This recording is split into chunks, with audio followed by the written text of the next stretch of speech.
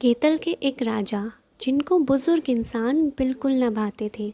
एक दिन राजा ने आवेश में आकर राज्य के सभी बुजुर्गों को मृत्यु दंड देने का आदेश दिया। राजा के इस कृत्य के बारे में जब प्रजा को पता चला तो रातों रात सभी बुजुर्ग गांव छोड़कर चले गए। लेकिन केशव जो अत्यंत ही गरीब था, उसके पास इतना धन न था कि वह अपने पिता को दूसरे गांव भेज सके। तब केशव ने यह निर्णय लिया कि वह अपने पिता को अपने ही घर में छुपा कर रखेगा। कुछ दिन बाद राज्य में भयंकर अकाल पड़ा।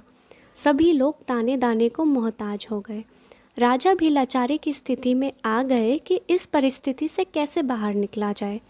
इन सब के बारे में जब केशव ने अपने पिता को बताया तो उसके पिता उसे कहते हैं कि गांव के बाहर जो हिस्सा है वहाँ तुम हल चला दो। भीषण गर्मी की वजह से हिमालय की बर्फ़ है, जब वो पिघलेगी तो पानी बहता हुआ गांव की तरफ आएगा। जब केशव ने गांव वालों को यह बात बताई तो किसी ने उस पर विश्वास नहीं किया। तब केशव ने अकेले ही गांव के बाहर वाले रास्ते को हल से जोत दिया और जब हिमालय का पानी पिघल कर आया तो वहाँ नई कूपल फूटने लगी। इस बात का अंदेशा जब राजा को हुआ तो राजा ने केशव को दरबार में बुलाया और केशव ने सारा किस्सा राजा को कह सुनाया। राजा ने केशव के पिता को दरबार में बुलाया।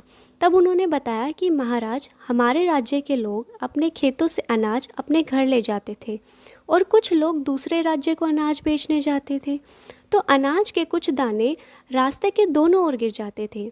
अब मेरे बेटे ने इस रास्ते के दोनों ओर पर हल चलाया और हिमालय का पिघला हुआ पानी वहाँ पहुँचा तो वो दाने अंकुरित हो गए और अनाज उग गया।